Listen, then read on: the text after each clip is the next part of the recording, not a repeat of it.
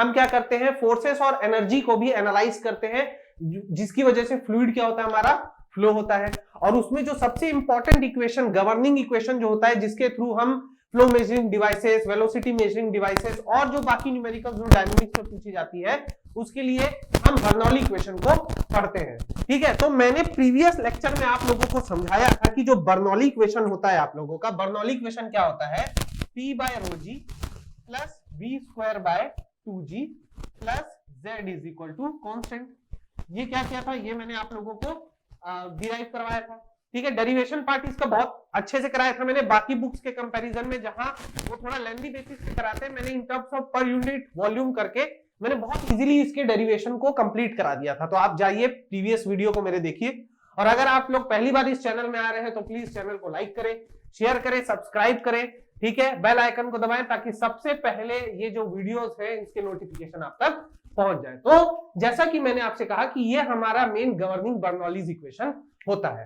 ठीक है, अब ये क्या होता है, टोटल एनर्जी हेड, इसको हम क्या कहते हैं, मैंने आपको प्रीवियस लेक्चर में बताया था, इस पूरे टर्म को हम टोटल एनर्जी हेड भी कहते हैं। इसको हम क्या कहते हैं, total energy head.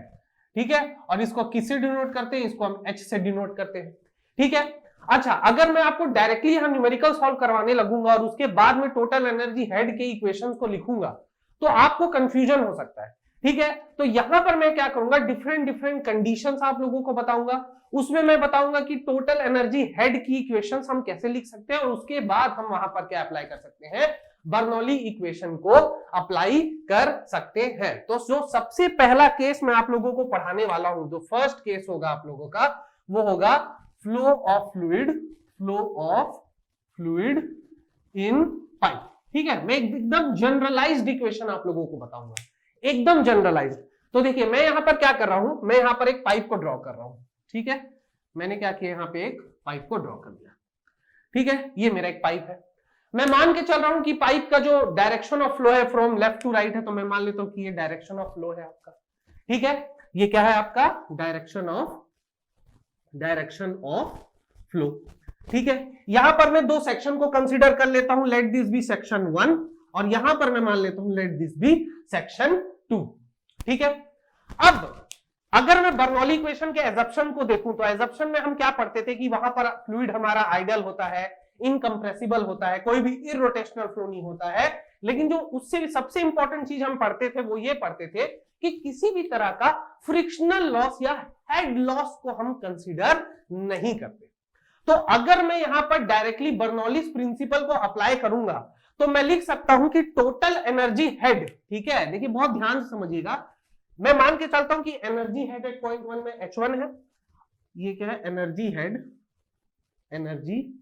Head at section 1। ठीक है, मैं मान लेता हूं कि ये एनर्जी हेड एट सेक्शन 1 है, और जो H2 है ये मैं क्या मान लेता हूं, एनर्जी हेड एट सेक्शन 2। ठीक है, यहां पर जो टोटल एनर्जी हेड है, ये मैं इसी को कहता हूं टोटल एनर्जी हेड। ठीक है, इसको मैं किससे डिनोट करता हूं, कैपिटल एस से।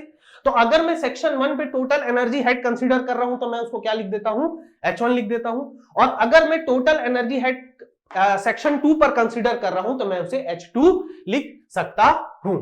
ठीक है, तो यहां से मैं क्या कर सकता हूं, अगर मैं बर्नौली इक्वेशन को सही मानूं, जो कि मानना ही पड़ेगा, तो यहां पर मैं लिख सकता हूं H1 is equal to H2।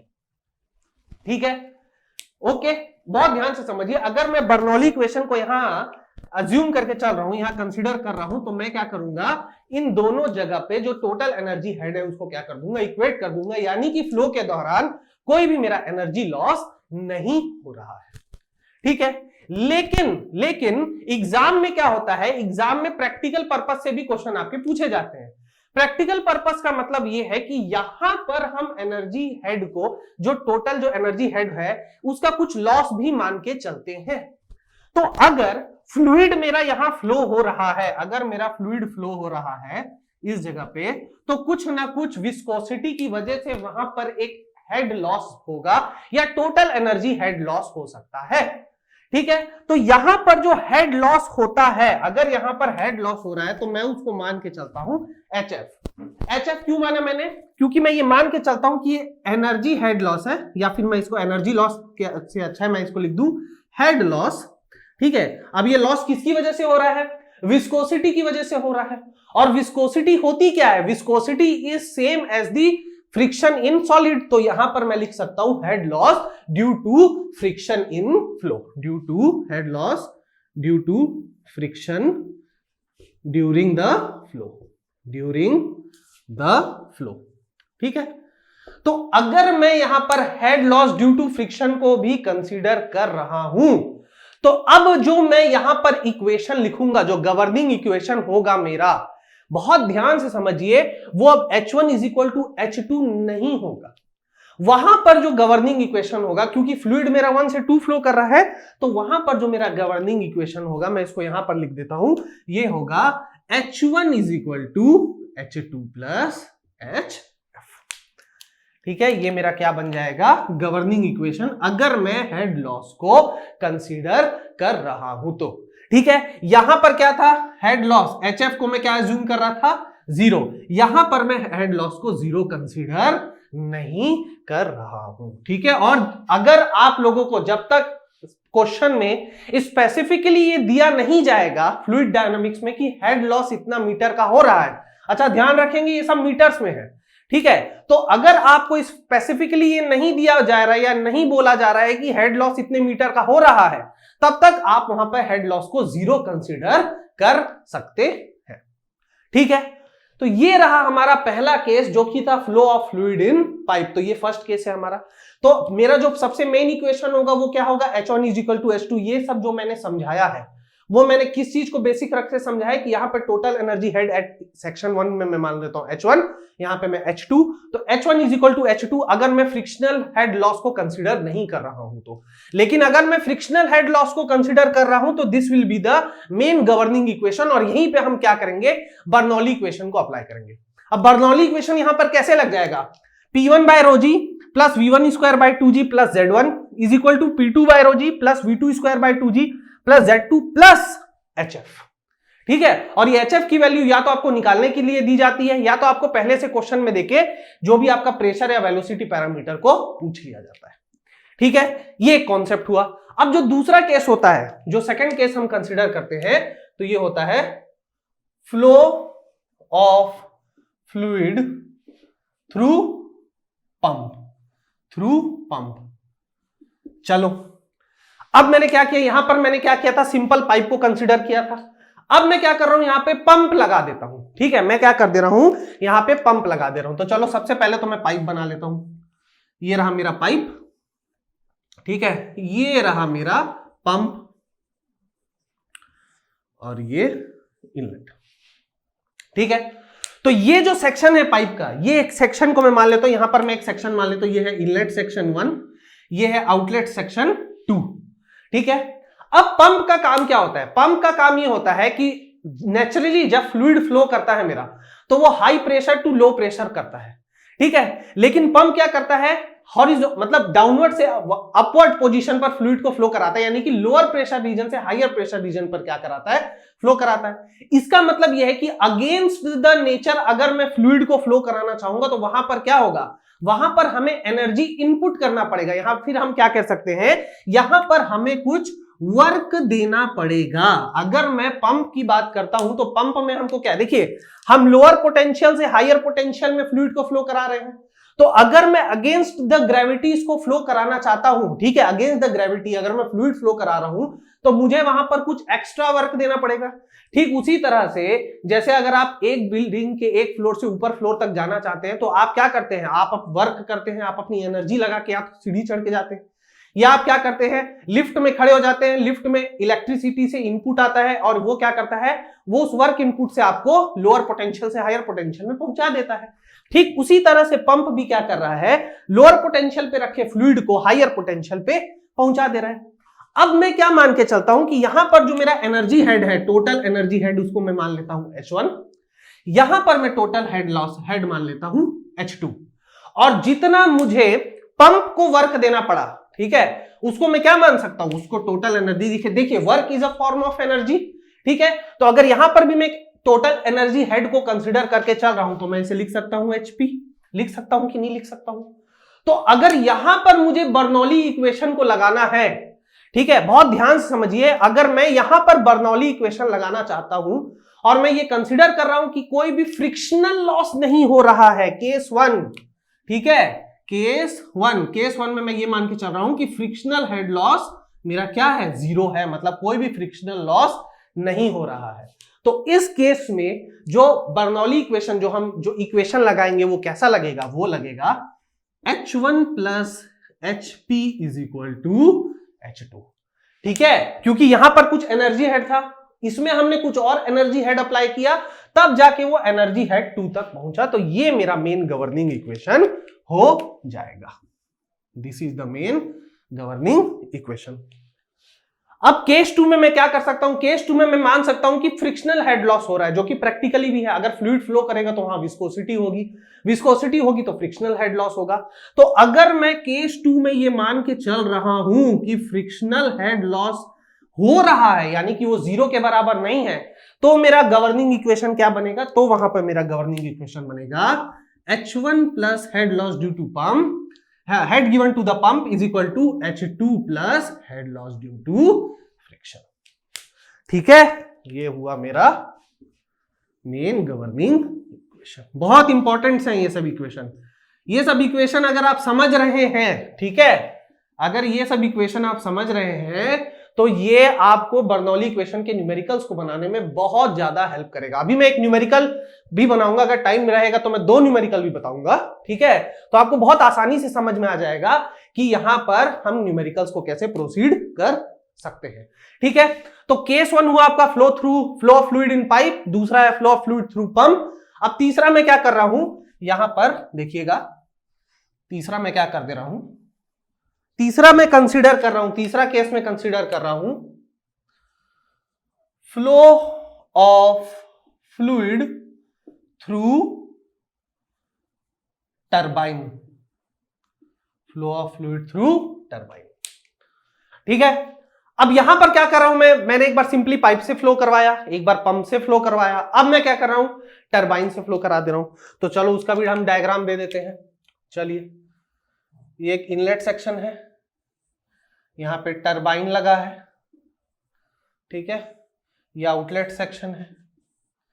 ठीक है, मैं मान लेता हूं इसका इनलेट सेक्शन है 1, ये हो गया मेरा 1, ये आउटलेट सेक्शन हो गया 2। अच्छा देखिए, जब भी कोई चीज टरबाइन से पास होती है, ठीक है, टरबाइन का मेन काम क्या होता है, वर्क आउटपुट देना। ठीक है, जब भी हम वर्क करते हैं किसी ऑब्जेक्ट पर तो हम उसे थर्मोडायनामिक्स पॉइंट ऑफ व्यू से नेगेटिव कंसीडर करते हैं, लेकिन अगर कोई ऑब्जेक्ट हमें वर्क आउटपुट देता है तो हम उसे क्या करते हैं, पॉजिटिव एज्यूम करके चलते हैं।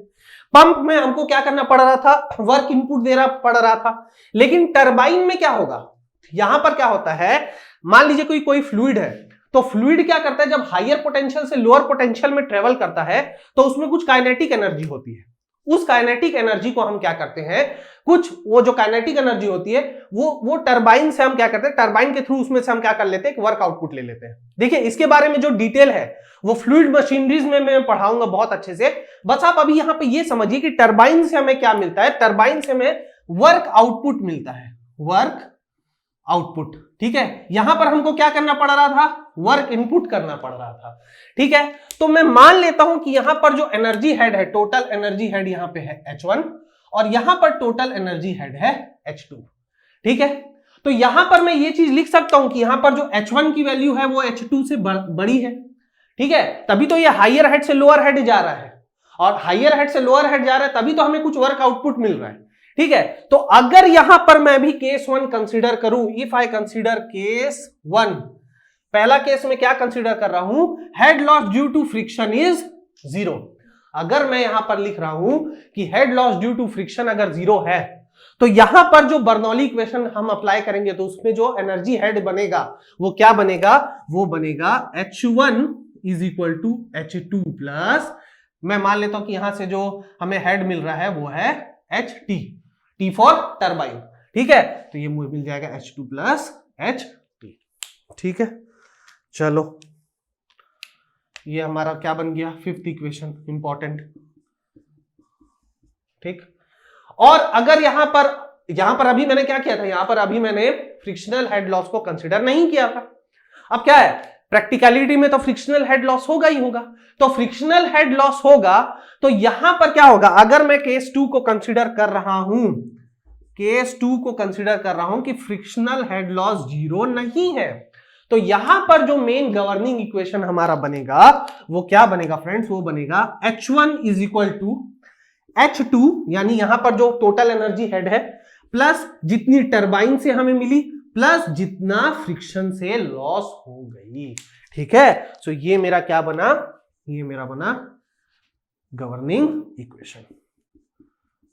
ठीक है, और यहां पर जो ये H1 H2 है इसमें आप करस्पॉन्डिंगली जो बर्नौली इक्वेशन है P by rho g plus v square by 2g plus z, ये आप क्या कर सकते हैं, अप्लाई कर सकते हैं। जब 1 है वहां P1 V1 Z1 कर दीजिएगा, जहां 2 है वहां P2 V2 Z2, ऐसे करके आप वहां क्या कर सकते हैं, पुट कर सकते हैं। ठीक है, नाउ ये मैंने आपको 3 इंपॉर्टेंट केसेस बताए। ठीक है, ऐसे आप किसी में भी कर सकते हैं, पाइप के लिए पूछ सकता है, टरबाइन के लिए पूछ सकता है, पंप के लिए आपको पूछ सकता है, इसलिए मैंने इसको एक ओवरव्यू में क्या कर दिया, इसको एक रिवाइज करवा दिया आप लोगों को। ठीक है, इसका डिटेल जो होगा फ्लूइड मशीनरीज और सेंट्रीफ्यूगल पंप में हम पढ़ेंगे।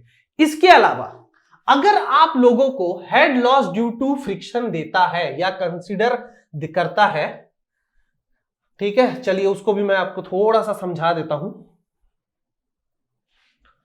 ये सारे फॉर्मूलाज आप लिख लेंगे, ये सारे कंडीशन, और रटने से अच्छा है कि आप उसको क्या करें, ध्यान में रखें।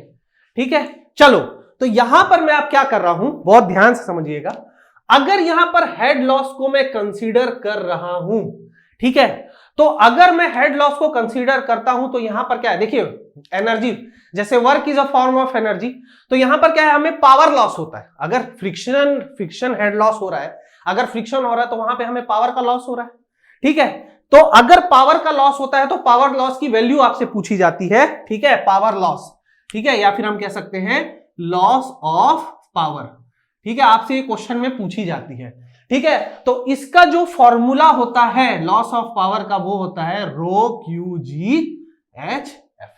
ठीक है, ये आप फॉर्मूला लिख लीजिए, जहां पे मैं सब बता देता हूं आपको। जहां पे रो क्या होता है, डेंसिटी ऑफ द फ्लूइड, रो होता है आपका डेंसिटी ऑफ फ्लूइड। कौन सा फ्लूइड, वो जो भी फ्लूइड है जो फ्लो हो रहा है। दूसरा क्या है आपका क्यू, क्यू आपका होता है डिस्चार्ज, क्यू आपका होता है डिस्चार्ज। अच्छा, ऐसा यूनिट आप ध्यान रखेंगे, डेंसिटी फ्लूइड का क्या होता है, केजी पर मीटर क्यूब। दूसरा क्या होता है डिस्चार्ज, डिस्चार्ज में क्या होता है, डिस्चार्ज का आपका होता है metre cube per second, metre cube per second. तीसरा क्या है जी, जी क्या होता है, acceleration due to gravity, acceleration due to gravity, और ये कितना होता है 9.81 मीटर पर सेकेंड स्क्वायर।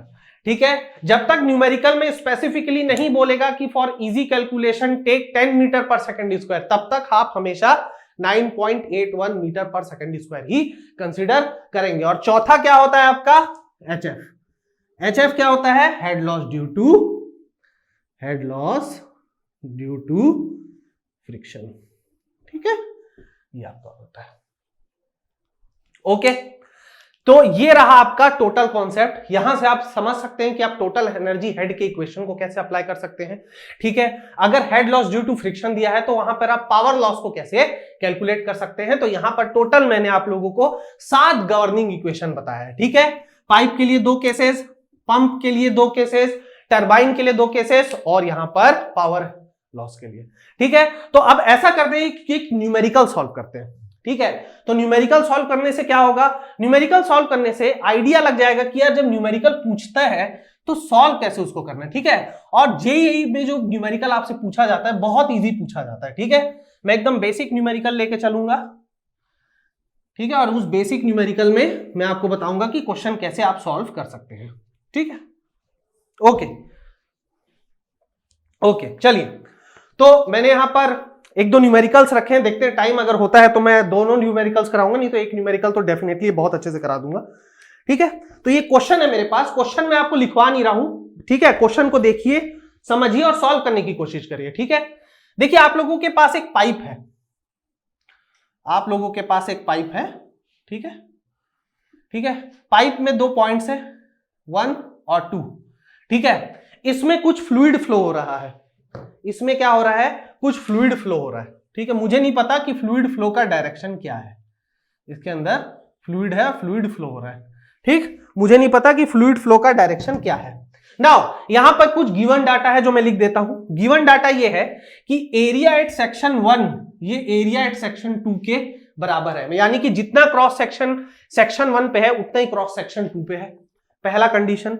दूसरा क्या दिया है कि प्रेशर एट 1, ठीक है, ये दे दिया गया आपको 100 किलो पास्कल। ठीक है, बहुत ध्यान दीजिएगा एसआई यूनिट का, मैं बार बार आप लोगों से कहता हूं अगर एसआई यूनिट में आप लोगों ने गलती किया तो आंसर गलत आ जाएगा। ठीक है, प्रेशर एट 0.2 दिया गया है आपको 60 किलो पास्कल। ठीक है, प्रेशर एट 0.2 दिया गया है 60 किलो पास्कल। डिस्चार्ज की वैल्यू दी गई है आपको 10 लीटर पर सेकेंड। ठीक है, डिस्चार्ज की वैल्यू आपको दे दी गई है। उसके बाद आप लोगों से ये पूछा गया है, और जो आपका ये 0.2 है, ठीक है, चलो इसको भी मैं अच्छे से ड्रॉ कर लेता हूं। जो 0.2 है आपका, ये 0.1 से 50 मीटर की हाइट पे है। ठीक है, 50 मीटर की हाइट पे है। तो आप लोगों से ये सवाल पूछा जा रहा है, बस इतनी सी गिवन कंडीशन है आप लोगों को, और यहां पर ये सवाल पूछा गया है कि जो यहां पर फ्लो का डायरेक्शन है वो कैसा होगा। पहला पॉइंट आपका यह है कि what is the direction of flow, what is the direction of flow, ये पहला कंडीशन, पहला क्वेश्चन पूछा गया है। और दूसरा क्वेश्चन है कि पावर लॉस कितना हो रहा है, पावर लॉस कितना हो रहा है। ठीक है, अब यहां पर क्योंकि फ्लूइड के बारे में कुछ नहीं दिया है, इसलिए हम मान लेते हैं कि स्टैंडर्ड फ्लूइड है, यानी कि हम वाटर इसको कंसीडर कर लेते हैं। तो वाटर कंसीडर करेंगे तो डेंसिटी इसका कितना हो जाएगा 1000 kg पर मीटर क्यूब। ठीक है, सो यहां पर कोई भी फ्लूइड नहीं दिया तो मैंने कर लिया। अच्छा, अगर मुझे ये पता करना है कि डायरेक्शन ऑफ फ्लो क्या है मेरा, ठीक है, डायरेक्शन ऑफ फ्लो क्या है, तो उसके लिए मुझे क्या करना पड़ेगा, बर्नौली इक्वेशन को यहां पर अप्लाई करना पड़ेगा। ठीक है, और अगर यहां पर पावर लॉस बोला है आप लोगों से, तो आपको यह समझना पड़ेगा कि यहां पर head loss due to friction को हमको क्या करना पड़ेगा, कंसीडर करना पड़ेगा। ठीक है, तो चलो यहां पर मैं क्या कर रहा हूं, मैं एज्यूम करके चलता हूं, मैं ऐसा एज्यूम कर रहा हूं। ठीक है, मैं एज्यूम करके चलता हूं कि जो फ्लो हो रहा है 1 से 2 हो रहा है। ठीक है, मैंने 1 मान लिया, 2 मान लिया। देखो 1 से 2 भी हो सकता है, 2 से 1 भी हो सकता है, मुझे अभी पता नहीं है। ठीक है, तो अभी मैं ये मान के चलता हूं कि 1 से 2 हो रहा है। ठीक है, चलो, तो अगर मैं यहां पर बर्नौली इक्वेशन अप्लाई करूंगा तो यहां पर मैं क्या लिखूंगा, मैं लिख सकता हूं H1 is equal to H2 plus HF। लिख सकता हूं कि नहीं लिख सकता हूं, मैं बिल्कुल लिख सकता हूं। ठीक है, चलो, अगर मैं ये कंसीडर करके चल रहा हूं तो यहां पर मैं क्या करता हूं, बर्नौली इक्वेशन को अप्लाई कर देता हूं। तो ये क्या हो जाएगा, P1 by rho g plus V1 square by 2G plus Z1 is equal to P2 by rho g plus V2 square by 2G plus Z2 plus HF। ठीक है, ये मेरा क्या बन गया, गवर्निंग इक्वेशन बन गया। ठीक है, अभी मुझे पता नहीं है HF पॉजिटिव है नेगेटिव है, वो बाद में पता चलेगा, उसके अकॉर्डिंग मैं डायरेक्शन ऑफ फ्लो डिसाइड कर लूंगा। ठीक है, P1 की वैल्यू मुझे दी गई है 100 किलो पास्कल, तो किलो पास्कल में दी गई है तो उसको आप पास्कल में कन्वर्ट कर सकते हैं। तो ये क्या हो जाएगा 100 into 10 to the power 3 divided by density of water, ये क्या हो जाएगा 10 to the power 3 into, easy calculation के लिए आप जी को क्या ले लीजिए 10 ले लीजिए, क्योंकि मेरे पास अभी कैल्सी नहीं है। ठीक है, plus V1 square by 2G। ठीक है, V1 की वैल्यू मुझे पता नहीं है, V1 स्क्वायर को ऐसे ही रहने दीजिए। Z1, अब यहां पर देखिए मैं जो 0.2 है वो 1 से 50 मीटर की दूरी पे है, तो मैं क्या करता हूं 0.1 को ही डेटम मान लेता हूं। तो अगर मैं 0.1 को ही रेफरेंस या डेटम मानूंगा तो Z1 की वैल्यू क्या हो जाएगी, 0 हो जाएगी। तो मैं इसको लिख देता हूं प्लस 0 इज इक्वल टू, यहां पर P2 की वैल्यू है 60 किलो पास्कल, तो 60 into 10 to the power 3 divided by 1000 into 10 plus V2 की वैल्यू हमें पता नहीं है 2G प्लस Z2, देखिए Z2 की वैल्यू यहां पे आपको दी गई है 50 मीटर 50 प्लस HF। ठीक है, अब यहां पर थोड़ा ध्यान दीजिए, यहां पर हमें V1 V2 की वैल्यू नहीं दी गई है, और एक्चुअली में देखा जाए तो हमें चाहिए भी नहीं। क्यों नहीं चाहिए, क्योंकि यहां पर जो एरिया है हमें यहां पर क्लियर बोला गया है कि क्रॉस सेक्शन एरिया सेम है। तो अगर क्रॉस सेक्शन एरिया सेम है तो कॉन्सेप्ट ऑफ डिस्चार्ज से मैं क्या कर सकता हूं, मैं लिख सकता हूं कि V1 V2 के बराबर होगा। ठीक है, तो यहां से मैं क्या लिख सकता हूं, मैं लिख सकता हूं V1 is equal to V2। ठीक है, तो अगर V1 V2 के बराबर है तो ये क्या हो जाएगा, ये और ये कैंसल आउट हो जाएगा। ठीक है, आपस में कैंसल कर देगा। ठीक, तो देखिए मेरे पास बचा क्या, इसको मैं मिटाता हूं, उसके बाद मैं बताता हूं कि बचा जो है आपके पास जो इक्वेशन वो क्या है।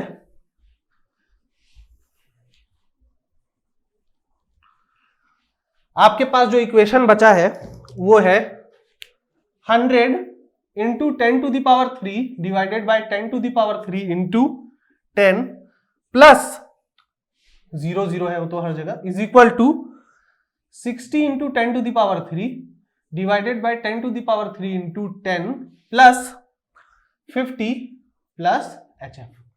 ये हमारे पास अभी बचा हुआ है, ठीक है, ये बचा हुआ इक्वेशन आ गया। अब यहां से क्या हो सकता है, क्या क्या कैंसिल हो सकता है, कैंसिल कर दीजिए। 10⁻³ यहां कैंसिल हो गया, ये भी यहां से कैंसिल हो गया। तो आपके पास क्या इक्वेशन आया, आपके पास आया 10 is equal to 6 plus 50 plus HF, ठीक है। तो 10 क्या आ गया, 56 प्लस HF, ठीक है। तो यहां पर आप देख सकते हैं अगर मैं पॉइंट 1 पे अगर मैं H1 की वैल्यू बताऊं तो ये मेरे H1 की वैल्यू आ रही थी कि नहीं आ रही थी, और ये मेरे H2 की वैल्यू आ रही थी। तो यहां से आप लोग देख सकते हैं कि H2 की जो वैल्यू है, अगर मैं HF को कंसीडर ना भी करूं तो H2 की वैल्यू क्या है, H1 से ज्यादा है, यानी कि जो फ्लो हमने माना था वो गलत माना था। एक्चुअली में जो फ्लो का डायरेक्शन था वो कहां से कहां तक था, 2 से 1 था, ठीक है। अगर आप ऐसे भी नहीं समझ रहे हैं तो आप ऐसे देख सकते हैं कि HF क्या आ रहा है, नेगेटिव वैल्यू आ रहा है, -46 आ रहा है। इसका मतलब क्या है, ये इक्वेशन एक्चुअली में कैसा होना था, ये इक्वेशन होना था 56 is equal to 10 plus HF, ठीक है ना, तभी तो ये सही होता ना। 10 is equal to 56 plus HF, मतलब HF की वैल्यू नेगेटिव है। अब यहां से आपकी क्या है, HF की वैल्यू पॉजिटिव आ जाएगी, ठीक है। तो यहां से HF की वैल्यू क्या आ गई, 46 मीटर आ गई, ठीक है।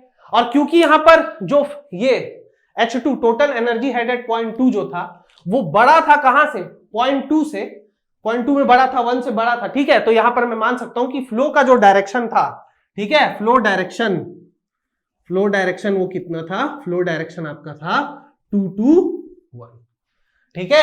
ऐसे क्वेश्चंस आते हैं आप लोगों को, बेसिक्स पूछे जाते हैं पर कॉन्सेप्ट ऐसी दिया जाता है, ठीक है। डायरेक्शन ऑफ फ्लो क्या होगा, ऐसे टाइप से, पावर लॉस कितना होगा। तो यहां पर हमारे पास HF की वैल्यू आ गई, ठीक है। देखिए क्वेश्चन में मैंने कहीं नहीं बोला था कि HF को आप कंसीडर करिए, पर आपको क्या पूछा था, यहां पावर लॉस पूछा था, पावर लॉस पूछा था। इसका मतलब यह है कि आपको यहां पे हेड लॉस को कंसीडर करना था, ठीक है। तो आप देखिए यहां पे हेड लॉस का फॉर्मूला क्या होता है, यानी कि सॉरी पावर लॉस का फॉर्मूला होगा रो क्यू जी HF। तो यहां पर डेंसिटी आपके पास है, डेंसिटी है आपकी 1000 इंटू 10 कर दीजिए, इंटू यहां पे ठीक है जो डिस्चार्ज आपको लीटर पर सेकंड में दिया है, लीटर पर सेकंड यूनिट है पर ऐसा यूनिट नहीं है, ऐसा यूनिट क्या है, मीटर क्यूब पर सेकंड, ऐसा यूनिट क्या है, मीटर क्यूब पर सेकंड। और 1 लीटर पर सेकंड कितना होता है, 1 लीटर पर सेकंड होता है 10⁻³ मीटर क्यूब पर सेकंड। तो ये क्या हो जाएगा, ये हो जाएगा 0.01 मीटर क्यूब पर सेकंड, ओके, इंटू HF हो गया 46। तो यहां पर जो आपकी वैल्यू आ जाएगी ये कितना आ जाएगी, 1/100 लिख देते हैं इसको, 1/100, ये हो गया 10, ये हो जाएगा 4.6 किलोवाट या फिर 4600 वाट। तो इस टाइप के क्वेश्चन आप लोगों के किसमें पूछे जाते हैं, बर्नौली क्वेश्चन में ऐसे क्वेश्चन भी पूछे जाते हैं, ठीक है। अब जो बर्नौली क्वेश्चन के क्वेश्चन होते हैं वो नोजल के थ्रू भी पूछे जा सकते हैं, डिफ्यूजर के लिए भी पूछे जा सकते हैं, ठीक है। पाइप में बहुत सारे पाइप, यहां तो सिंगल पाइप है, मैं यहां पे क्या कर दूं, 3-4 पाइप को कनेक्ट कर दूं और उसके बाद मैं आपसे बर्नौली क्वेश्चन को पूछूं, तो कैसे भी क्वेश्चन बर्नौली में पूछे जा सकते हैं। मैं बस ये न्यूमेरिकल आपको इसलिए कराया ताकि आप यहां से समझ सके कि टोटल एनर्जी हेड और जो फ्रिक्शन हेड है उसका यूज आप बर्नौली इक्वेशन में कैसे कर सकते हैं और पावर लॉस को आप कैसे निकाल सकते हैं। सो पावर लॉस की वैल्यू क्या है, 4.6 किलोवाट। अगर आप 9.81 लेते तो 4.58 4.59 इस टाइप से कुछ आता वैल्यू, लेकिन इजी कैलकुलेशन के लिए मैंने 10 ले लिया, ठीक है, क्योंकि कैल्सी नहीं है मेरे पास, ओके। चलिए, तो आई होप आपको ये लेक्चर अच्छा लगा होगा। नेक्स्ट लेक्चर में हम फ्लो मेजरिंग डिवाइसेस स्टार्ट करेंगे, ठीक है। फ्लो मेजरिंग डिवाइसेस क्या होता है, जिसमें हम डिस्चार्ज को मेजर करते हैं, ठीक है, जैसे वेंचुरी मीटर होता है, हमारा ऑरिफिस मीटर होता है, और उसका जब हम यूज करते हैं तो वहां पर भी हमारा जो मेन गवर्निंग इक्वेशन होता है वो क्या होता है, बर्नौली इक्वेशन ही होता है। तो this is a very important equation when it comes to the concept of fluid dynamics, ठीक है। तो नेक्स्ट लेक्चर में कंटिन्यू करेंगे, कॉन्सेप्ट ऑफ वेंचुरी मीटर को पढ़ेंगे, उसके डिस्चार्ज की वैल्यू को हम सीखेंगे, डेरिवेशन करेंगे, ठीक है। तो आई होप आपको ये लेक्चर बहुत अच्छा लगा होगा। अगर आपको ये लेक्चर अच्छा लगा है तो प्लीज मेरे लेक्चर को लाइक करिए, शेयर करिए, सब्सक्राइब करिए हमारे चैनल को, ठीक है। बेल आइकन को दबाइए ताकि सबसे पहले इसका नोटिफिकेशन आप तक जाए, ठीक है। इसके अलावा मैं जॉब नोटिफिकेशंस भी बनाता हूं, ठीक है, तो बहुत बिजी शेड्यूल रहता है मेरा। तो और कुछ भी चीज अगर समझ में ना आए तो टेलीग्राम चैनल में जाके मुझसे डाउट जरूर पूछा करिए या फिर कमेंट सेक्शन में जरूर लिखा करिए, ठीक है। तो चलिए नेक्स्ट लेक्चर में आप लोगों से मुलाकात होगी, तब तक के लिए अपना ख्याल रखें। Thank you so much.